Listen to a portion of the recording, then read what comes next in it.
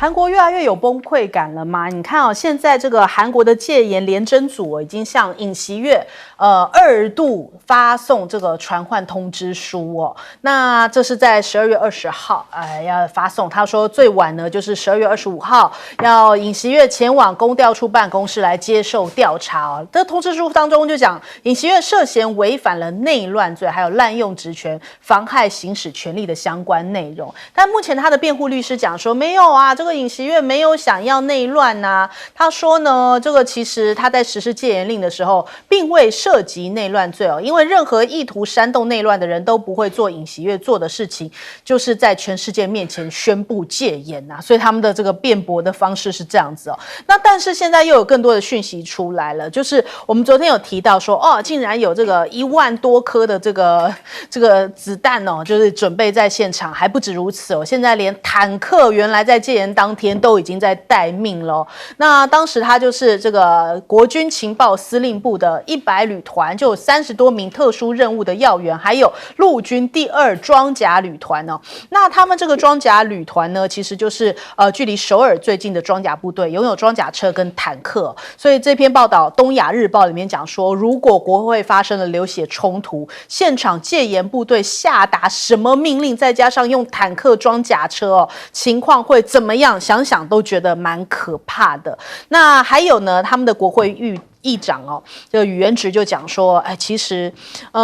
这个戒严事件的发生哦，并非韩国宪法有所不足，而是源于宣布戒严的尹锡悦个人的误判。因为尹锡悦是从来没有跟国会沟通的哦，他从来没有真正试图要去说服反对势力。那国会提出的质疑也都没有正面的答复哦，可以说完全不与国会沟通啊！哇，这个看起来是不是跟台湾有一点相似哦？那再来，我们看到了现在目前他们的这种崩溃情况，包含了三星电子现在紧急召开战略会议哦，把9位海外负责人全部就是召回这个韩国国内，而且他们的最新汇率哦已经突破了1450韩元，也创下金融危机之后这15年来最高的一个数值哦，也就是说在狂贬当中。那韩国为了要赶快稳住内部，感觉好像现在释放出好几个讯号，就是赶快要跟美国再继续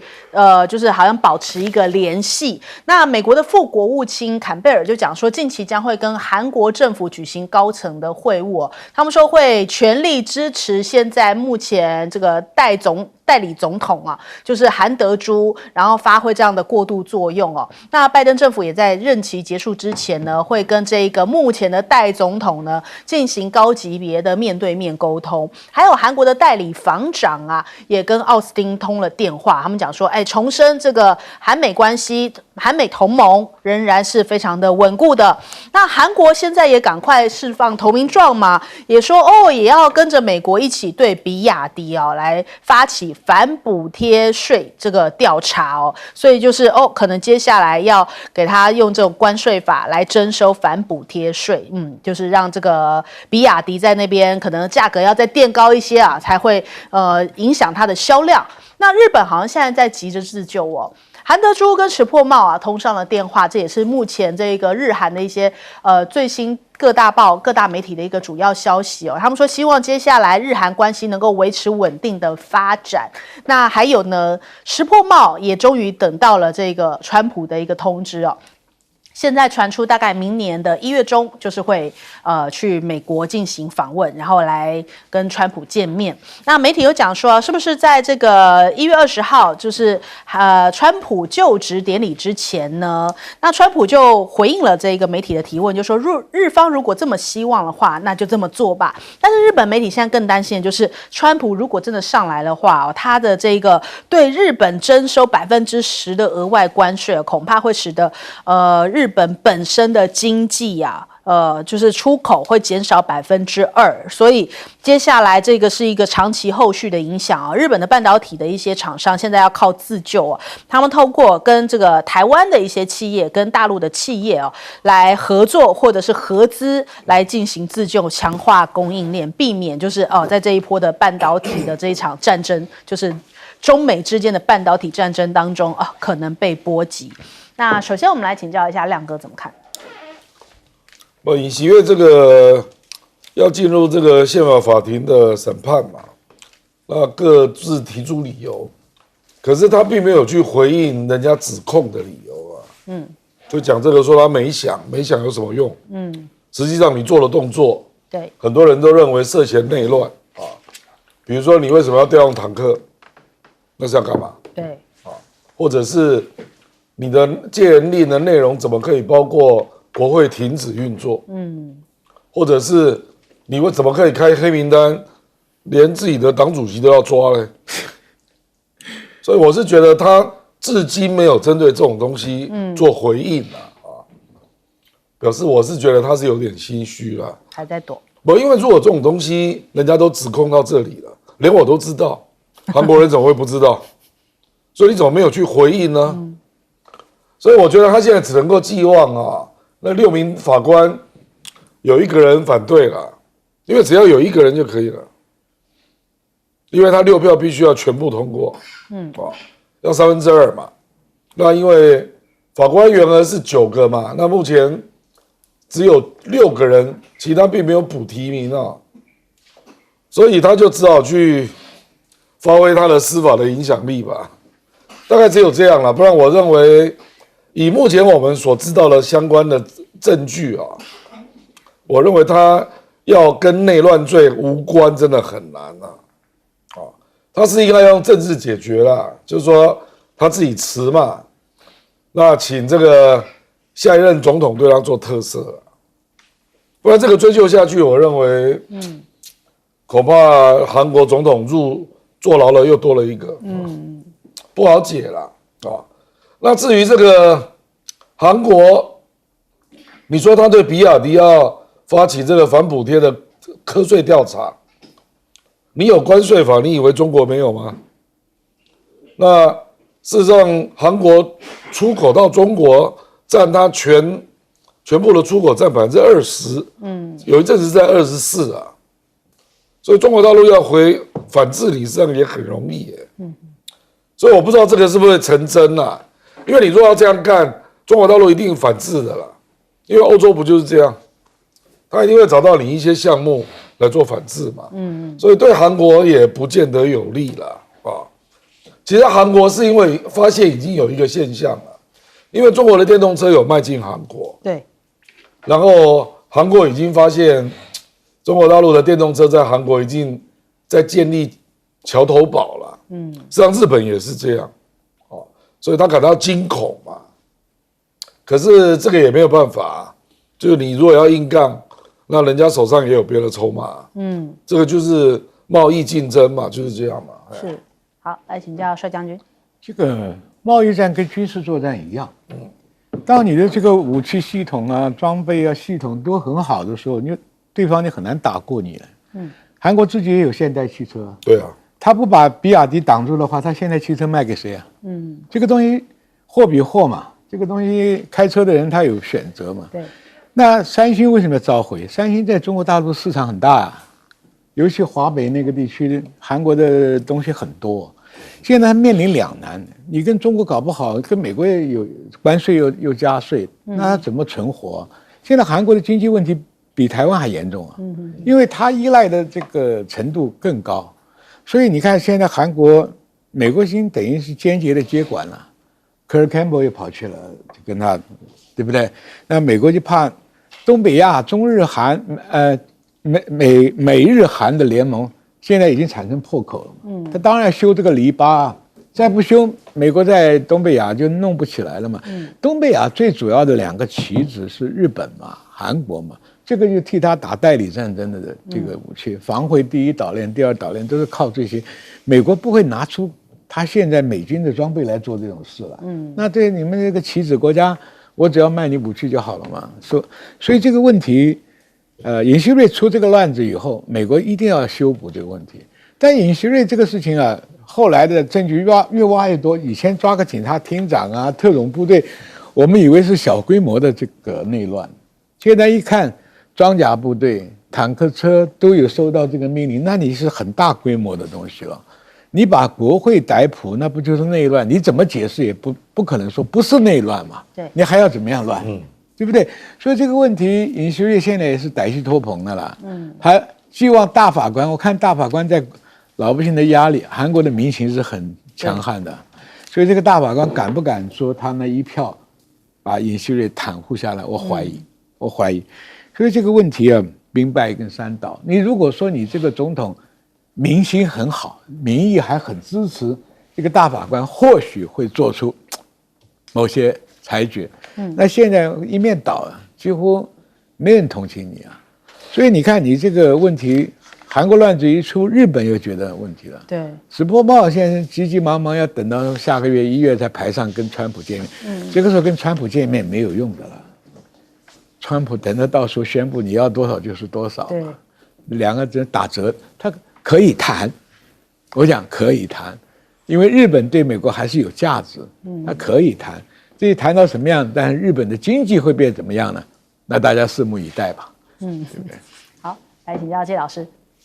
对，其实石破茂现在事实上它代表整个日本社会的一个忧虑啦，就是川普上台以后到底会怎么发落日本？日本现在是很紧张的。那石破茂事实上他在这个也一开始他就提出来他要去见川普，提了好几次，他说他随时可以赶到美国去。结果那个时候，川普阵营跟他讲的就是说冠冕堂皇他说我们现在还没有正式就任美国总统，照美国的法律规定，我们是不能够从事外交行为的。他见了那么多人，结果呢，他谁都见了，就是石破茂不见，而且还跑到巴黎去，在那边这个天天这个都是从事高层外交。那说实话，他也面子上做不过了，也没有办法再拒绝了。那事实上的话，日本已经想到了，连那个安倍的老婆都已经送到美国去了，送到那个海湖山庄跟川普见面了因为这个川普一直讲说他很喜欢这个安倍，因为他只是没有说安倍跟他打球的时候在那个沙坑里面打高尔夫球摔了一个倒栽葱那立刻转身又爬起来，立刻再追随上去追随川普的脚步这个大概川普很欣赏一直说他是一个非常好的人那这个所以日本这个安倍的太太都用上牌了。我觉得川普应该觉得日本人的用心良苦真的是有一点点这种城门立雪的这种感觉。那不过这个里面川普越是不见日本，我觉得这里面蹊跷越来越多，就非常的重。对，我觉得川普对日本应该是他里面已经有个副案了。对，上岸以后上台以后有些要日本人该出钱的干嘛，该开放市场的干什么不会客气，那他不会客气的。所以现在他讲的还是很勉强你既然要来就来吧，对不对？那不过川普里面现在真的心里面也只有几个人嘛，对不对？他希望习近平去对不对？然后呢，他比较喜欢那个梅诺尼嘛，大家西方领袖都很喜欢他，很奇怪，然后呢，他想要整的日本人已经觉得不对劲了。那加拿大已经被他羞辱人成什么样子了，对不对？一天到晚叫加拿大的这个总理是州长，对，所以川普我觉得这个人，第一个主观，然后呢霸气，然后呢有仇必报，这个锱铢必报。然后呢，我觉得他现在又觉得这个神把他的命留下来是有原因的。他现在真的是要干大事了。所以可是他眼睛里面哪些是主角，哪些是跑堂的他已经都摆好位置了。所以我觉得日本社会真的还是蛮了解美国的，他们真的是很担心所以再怎么样还是挤上了那个最后一班车去见川普。那可见川普现在这个威力是很大。欧洲那边你看这个几个法国的政府也倒了，德国政府也要倒了，然后呢这个经济一塌糊涂。现在这个我前2天听这个德国之音，他们觉得德国这个整个欧洲现在都非常的怎么样，心情都非常的郁闷好像他们的命运要随时要改变了。所以我觉得啦，基本上对别人抱持的依赖心太重的国家最后都是这个下场。本来就跟美国就是说，你玩你的，我玩我的你不要，你井水不犯河水，能合作就合作，不能合作的话，你你砍我一刀哈，我也回你一马，回你一枪，这样子碰到像川普这种人上台哈，就不会自己哈像这日本一样啊，现在啊心里面那个吊桶七上八下的。好，将军要补充。我补充一下，这种悬疑效果会有意想不到的好。我讲个我的经验哈，我们在军校受训的时候犯了错，马上就处分，很严格的处分。结果有一次我抽根烟被抓到了，他不宣布怎么处分，从此开始我每天晚上都是忧郁症一样，我不知道这个学长要怎么对付我。过了差不多3个礼拜，很难过。有学长说：“你去挖个坑，把你的烟头埋下去，每天给我浇水，浇到它什么时候长出烟叶来。”这个处分很重啊。可是你在前面的2个礼拜的这个悬疑压力下，欣然接受啊。可是那是一个很长期，你不知道什么时候饶恕你啊。每天吃完饭你要端一盆水去浇，很讨厌的。所以我跟你讲，这叫悬疑效果的压力。到那个时候，开什么条件，日本就给我吞下去了，对吧？你要是一开始谈的时候还可以讨价还价，哎，怎么样？像杜鲁道回去羞辱了，哎，我也要抵制。他跟你玩这个吗？所以让你揣测不安。再见面，什么条件你都给我吞下去。这是个玩的手法。好，我们先休息一下，广州马上回来。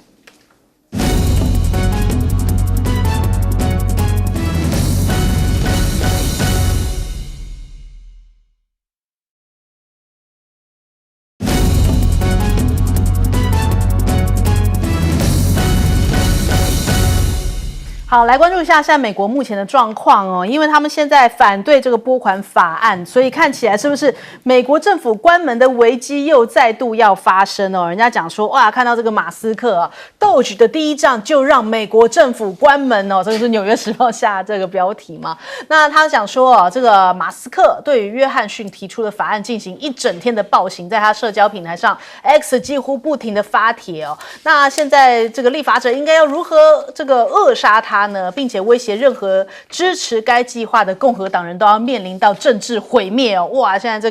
这个马斯克，人家讲说好大的官威啊，所以他们讲说这个有一些这个，比方像肯塔基州的这个众议员就讲说，选民们打来的电话都把他们淹没了。他说，选我们上来这些选民现在都听马斯克的了，那他们感觉就备受压力。那人家看到现在马斯克，当然现在是全球首富的身份哦。甚至呢，现在已经要干预这个临时支出法案了嘛？人家讲说要获封为马斯克总统哦，发现说哇，他对于川普有这个非凡的影响力哦，甚至民主党人形容他才是真正的总统。他说很明显，现在看起来真正掌权的人不是川普，而是马斯克，现在已经到这样子的程度了哟。那连共和党的参议员都讲说，那不如我们就选马斯克来当众议院的议长好了。那真的是哦，恐怕会改变很大的这个未来的情况哦。马斯克现在因为上来要大刀阔斧的砍人嘛，就是说要缩减裁员，所以拜登政府的官员现在最急的就是赶快找工作，要趁川普上台之前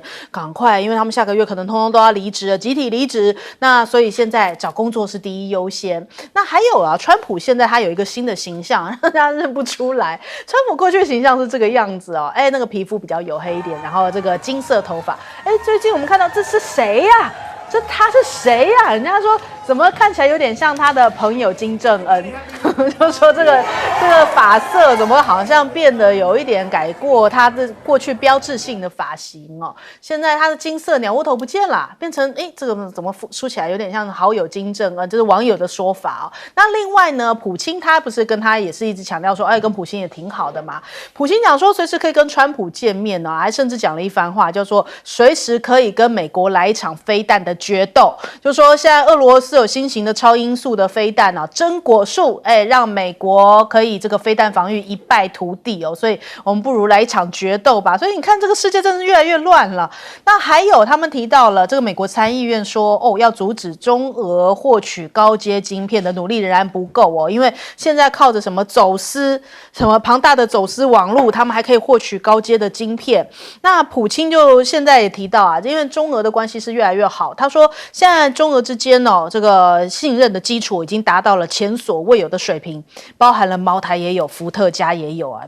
但是都是适量的，它是一种形容词啊，就代表说现在中俄关系很好。那除了这个中俄关系好之外啊，其实现在中东这个杜拜的王储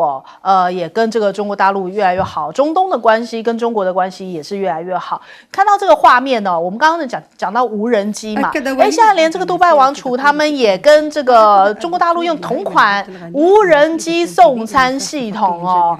之前是在深圳这边有看到，但是现在这个系统也到中东这边而且是这个杜拜王储的王子下了第一个单那这个网友也提到说，接下来他们在这个中东不能沦为大国博弈的这个等于说这个角斗场他是在12月19号的时候跟阿拉伯各国的驻华使节见面的时候提到，就说要携手发展好朋友、好伙伴的关系，然后不要再去做这个大国博弈的这样的一个竞争场那中国大陆跟中东其实一些国家的投资跟产业的合作都持续在升温当中。那连奇瑞汽车他们现在也是在这个中东这边要建立他们那个最大的汽车备件库因为现在中东也是中国大陆非常重视的一个新能源车的一个发展市场所以看到很多的品牌去那边设厂，然后还包含了像是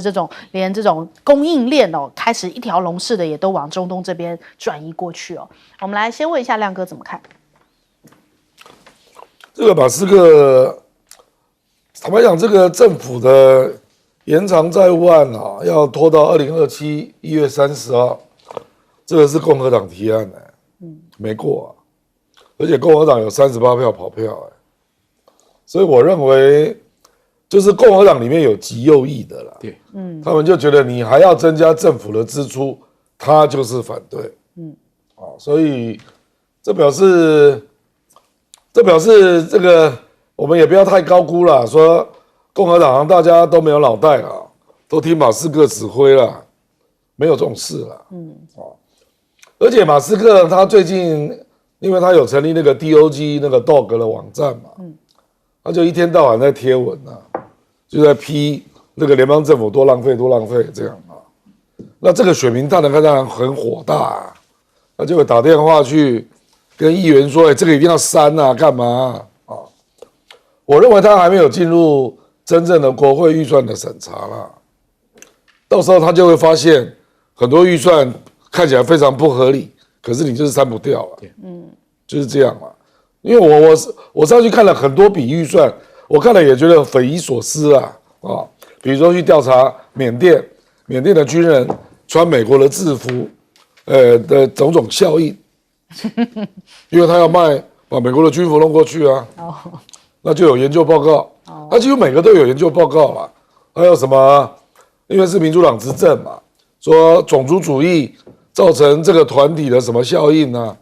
那研究案都是几百万，都是这样在花我才不相信川普不会做这种研究案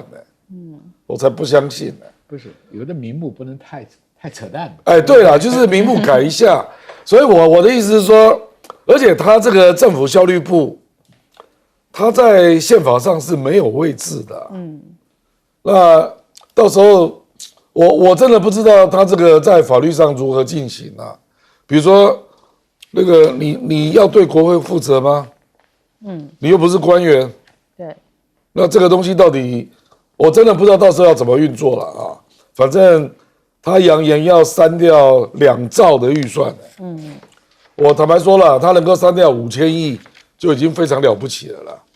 这个到时候我们再观察吧。他的角色就是超级名嘴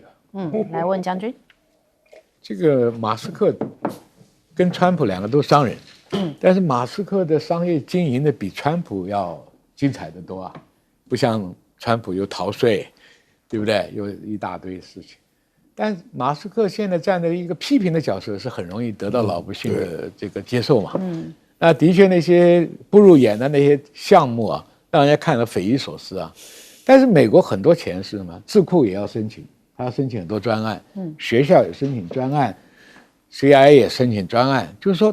各机关要钱的名目很多，但是有些也匪夷所思的名目也有，所以这个东西随便捡个10几项出来，马斯克来骂，没有人不赞成的啊。所以联邦议员就受到压力啊。但是议员在国会知道，哎，美国好像每隔几年就搞那么一次啊。对啊，年终了不发薪水了，要解体了，然后再通过国会什么临时对就提高债务上限啊，来过关嘛。这个已经好像变成一个议场的惯例了。所以这些议员就说：“你们都听马斯克的，我还干什么？干脆请他当议长，看他到这边来，柴米油盐酱醋茶，你来处理一下吧，对不对？是这种心态。因为美国议长不一定要议员。对呀，所以问题在，因为议员要面对这个问题嘛，你不能看到政府关门了，对不对？现在连圣诞节都不要过了，对不对？所以这个问题哈，对马斯克是赢得一片掌声。为什么他这样？哎，你川普只能干4年嘛，我现在这种造势，说不定下个4年就是我了嘛。所以反正发推文也不要本钱，骂人也不要本钱，而且骂的是刀刀见骨，那当然老百姓会同意啊，对不对？所以这个政客各有盘算的啦。你是不是真的为美国好？不一定。你把这个政府现在搞得年终时候垮台，行吗？所以这个问题啊，我们站在很公平的立场来看，哪样东西容易讨好？那你讨好的目的是什么？如果川普是要干8年的话，他可能没那么嚣张，对不对？就好像皇帝立了皇太子，你的其他人就不要想了。你看皇帝没有后代，那我现在不赶快制造绅士取而代之啊？对不对？所以他讲的话，人家为什么老百姓呢？哎，这个马斯克斯砍掉他自己下面多少单位，他的企业还能保持啊？他那个电动车比不过比亚迪啊，他现在还是很赚钱啊。他的太空 space 的计划比你这个国家的这个还要行啊，所以就会塑造一个形象。都看得出他的想法是这样。好，来请教介老师。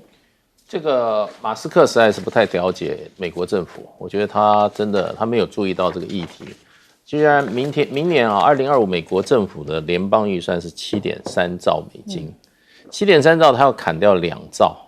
基本上几乎快差不多1/4到1/3到1/4了，这是不可思议的，因为这些钱都已经分好了，大家单位都已经分好了。你知道这个美国政府曾有做一些紧缩作用的时候啊，那个都是失败的。当时Clinton 总统他那时候冷战结束了，他一开始还想退出北约，后来他也不退出了，他还想怎么样？美国还要关掉很多军事基地，结果呢，他才开口，所有的压力通通来了，从哪里来？他自己党里面的这些联邦参众议员，人家说，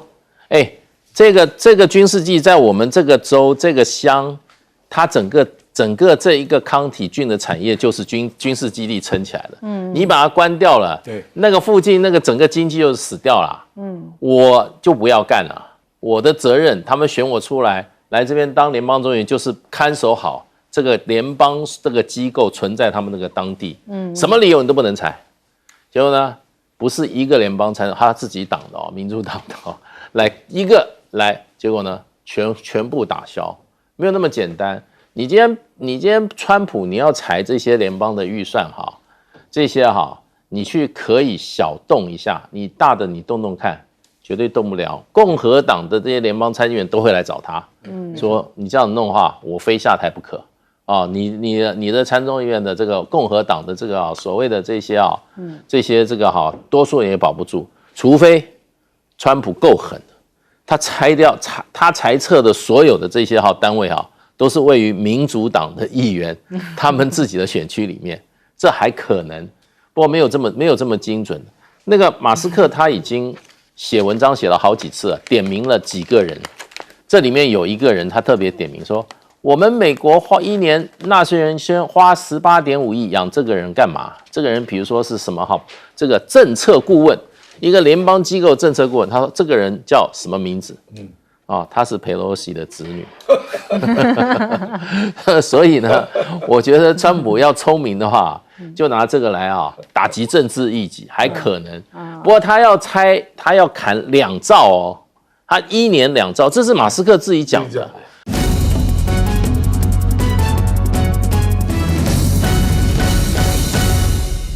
欢迎收看《新闻大白话》，我是主持人翟轩，马上欢迎一下这个阶段加入我们讨论来宾，退役中将帅华明，主持人好，各位观众大家好。耶鲁政治学博士郭正亮，大家平安。前大使谢文吉，在先好，各位朋友大家好。好，来关注一下哦，这个现在目前这个马前总统哦去到了中国大陆来进行访问，也是第3度了。那他有讲说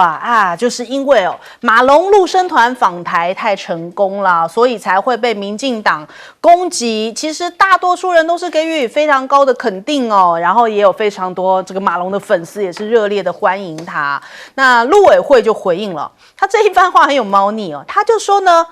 你这样子讲是因为呢，马龙他有广大的球迷哦。那台湾对于桌球运动呢，可以说是有深厚的基础。那马龙是基于他个人的成就才受到欢迎的，所以谁邀请马龙来都一样。换句话说呢，这一句话透露出来，原来是因为马英九邀你才这么不爽啊！就是陆委会原来这么小鼻子小眼睛，就是因为你马英九邀我就特别要针对你嘛，就是马龙本来就很成功啊，就让大家感觉好像就是不像是一个陆委会的高度该回答出来的一个态度哦。那再来，我们看到了这个林昀儒就其实跟这个中国大陆这边马龙也好啊，或是樊振东他们都很要好啊。他现在在山东这一边，这个山东魏桥他们现在有经过一些这种人才引进跟培养啊，然后所以他们有这样的比赛那里面就是球队里面派出了包含了像是王楚钦啊，林昀儒也是在其中所以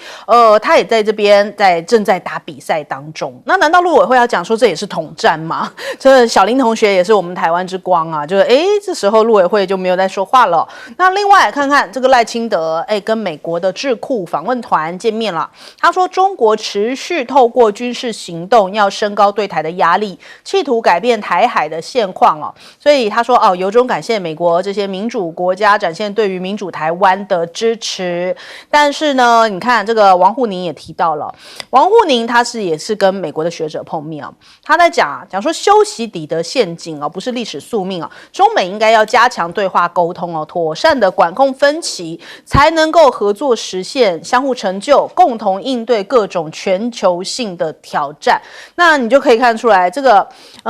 赖清德是一直在讲说这个中国大陆对于台湾的威胁，但是呢，其实中美现在真正在谈的是到底要不要一起合作，然后像目前这个川普也好，或者是说中方的回应也好，在谈的是另外一个高度的事情那再来，我们看到了这个法国航母说2025年要部署亚太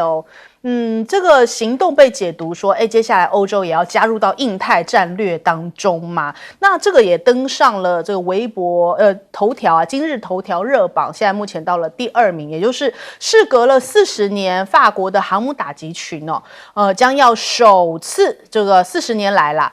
首次来部署亚太。那这是代表什么样的一个讯号呢？好像美国又开始要拉帮结派吗？还是说这个拜登下台之前又要开始要在这个挑起这边的紧张态势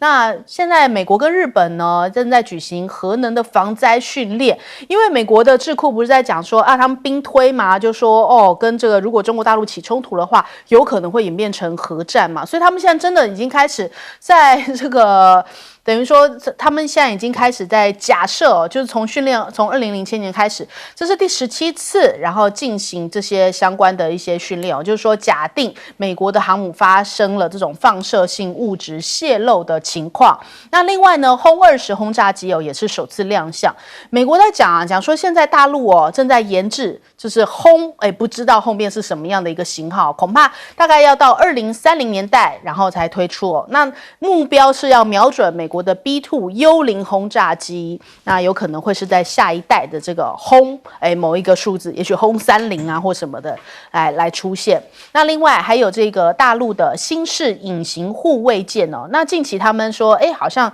已经开始进行海试咯。从它的这个舰首舰尾安装的角反射器可以看出来，这一艘舰正在测试隐形性能与当时歼20这个战机上面这个装的一些龙箔透镜有异曲同工之妙。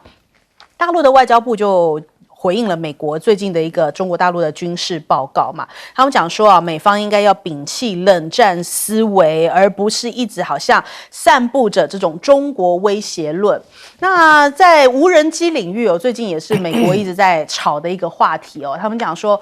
这个神秘的无人机在东北部的军事设施的空域一直出现。他们就讲说，这个众议院的外交主席讲，可能是来自中国大陆的间谍无人机。那他们现在在追查这个相关事件，就说到底是不是有中国大陆的参与啊？那这个现在众议院他们这个林格表示众议员他说，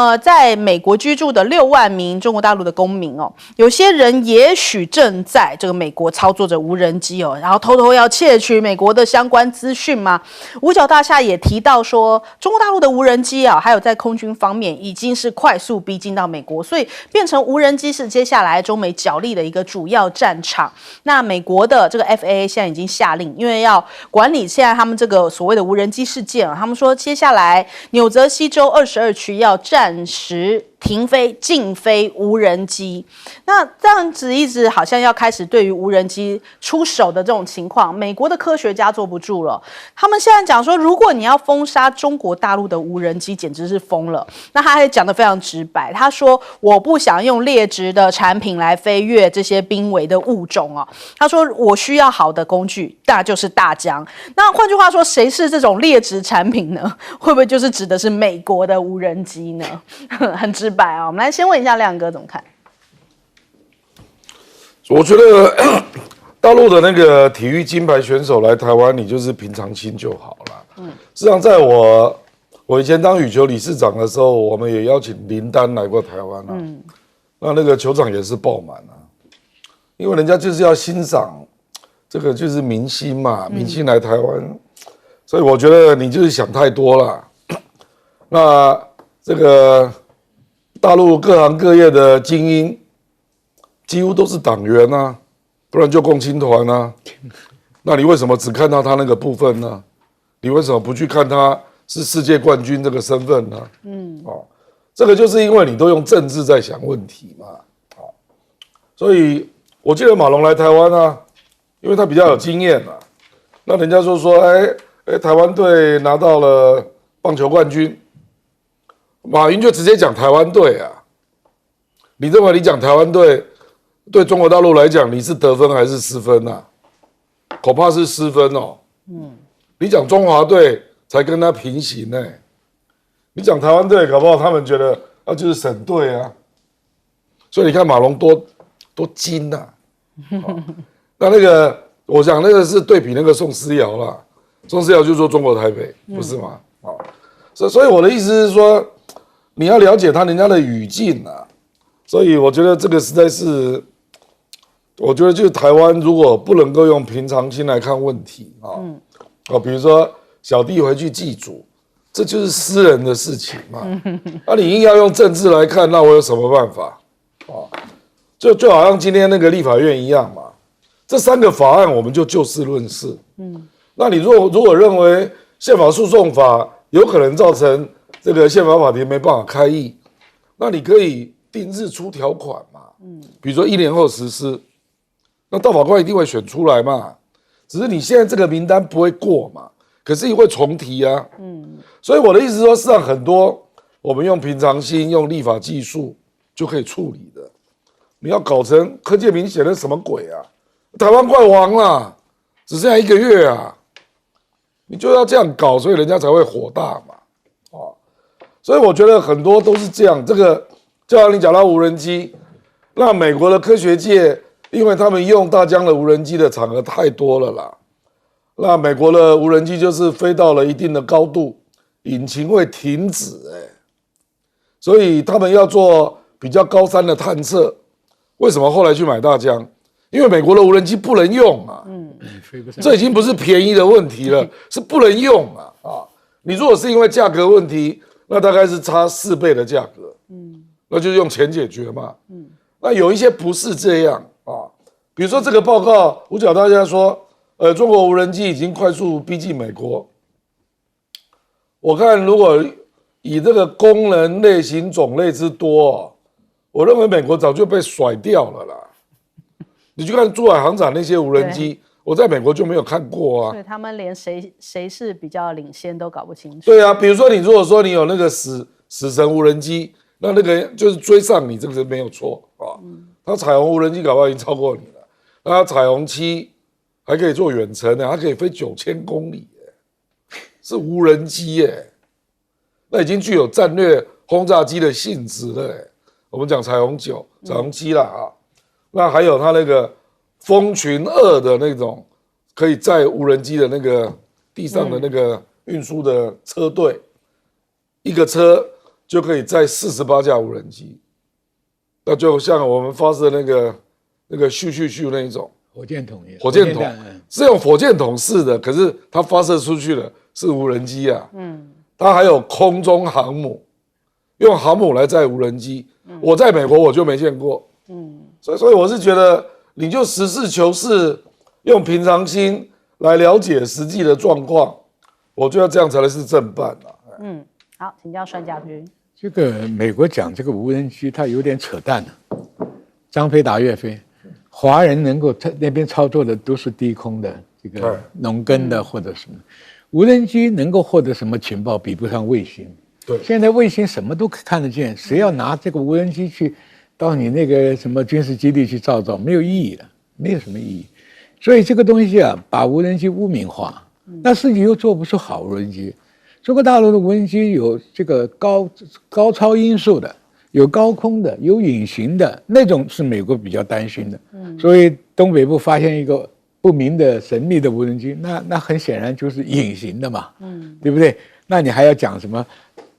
对手跟你敌对有一点的就是俄罗斯跟中国嘛。那俄罗斯没这个高级技术的话，那一定是中国嘛。那怎么样呢？没有意义，他就是把它影射到国家安全。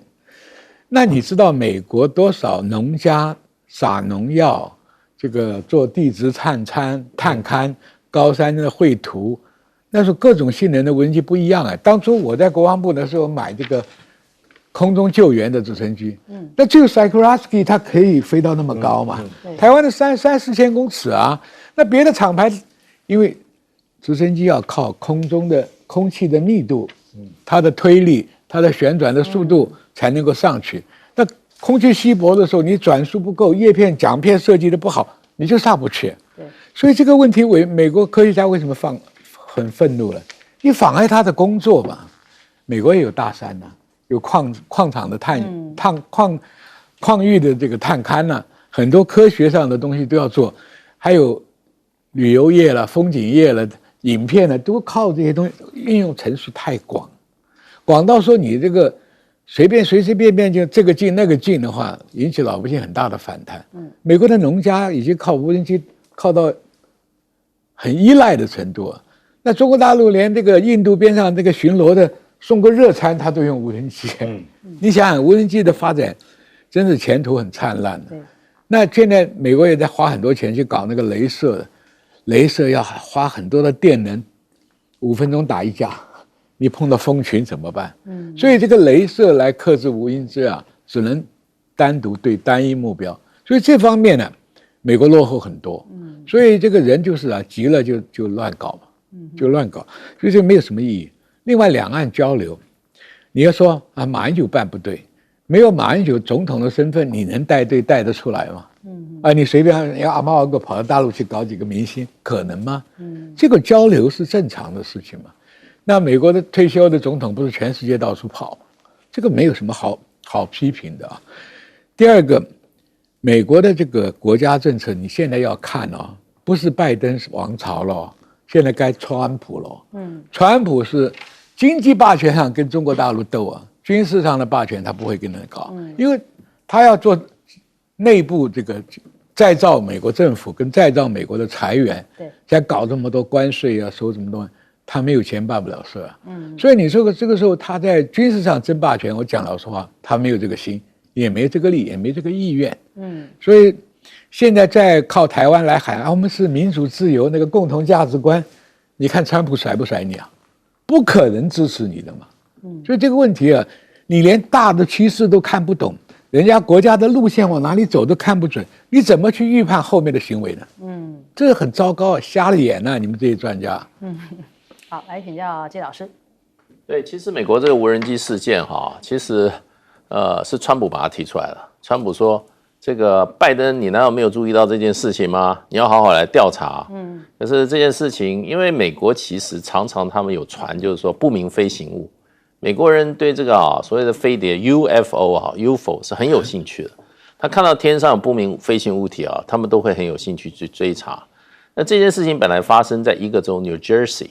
州，然后就媒体报道以后呢，后来又有其他的州有报道，现在大概有8个州有这种不明飞行物体。可是呢，美国的这个所谓的国土安全部的官员他们说他说这一段时间，他说有5000个民众的报案，说目睹到空中有不明飞行物。可是他们的了解大概只有100件左右呢，是可能值得要调查的。那中间查到说，比如说，在住宅区、在军事基地、在关键基础设施都发现，现在就只发现只有在 New Jersey 一个空军机场附近有发现过这个飞机的报告了。那问题就变成这个看起来有一点像政治炒作，那就越来越炒越大。主要是川普，那川普事实上他认为这个事情不简单。他说：“难道这个拜登你都没有看到这个现在有这么多事情吗？”当然不晓得川普的动机是什么啦，也许是说你这个拜登你该管的事不管，你不该是老管我的事儿，给我去挖坑好像有点这个。不过现在美国的这个媒体报，最后又怎么样？又开始又一种反华论潮又出来了。因为你要知道无人机王国就是中国大陆无人机全世界的无人机大部分都是中国大陆做的嘛。那现在他们就把这个方向往中国大陆，而且是往有政治跟这个情报阴谋在里面的，然后还牵连中国大陆的这个在美国的侨民。所以这件事情还在发展中。那看来接下来就是说，美国的官员他们现在慢慢可能要到这个参众两院也有议员发觉这里面搞不好有一点点可以炒作的空间，也开始慢慢正在酝酿了。不过美国的官员其实他们是了解这个状况的。那这个事情，如果说要继续发展的话，我想如果无限上纲的话，那最后又是要进中国大陆的无人机，然后对中国大陆这些在美国的这些不管学生工作人员要产生一个污名化的作用操作一波。让我想起来就过去那个气球事件。对，所以这些事情在美国是我想会继续发生的。还有就是说，大陆事实上台湾老百姓我觉得这一次对大陆，尤其对马龙还有这次马英九邀请来的大陆这些学生基本上让民进党最不能接受的就是台湾老百姓对他们没有敌意，而且是欢迎的。所以呢，他一定要来破坏。然后鸡蛋里挑骨头，然后把它做一个文章。那基本上我想他们应该将来应该是不会再让马英九再邀请了。对。因为这个效果是民进党非常不乐意见到的，就是说台湾老百姓这么欢迎大陆来的，不管运动明星也好，还是冯翊航也好，还是其他年轻人，年轻人欢迎他们，所以我觉得民进党他一定会想办法把这个管道把它堵死了。好，我们先休息一下，广州马上回来。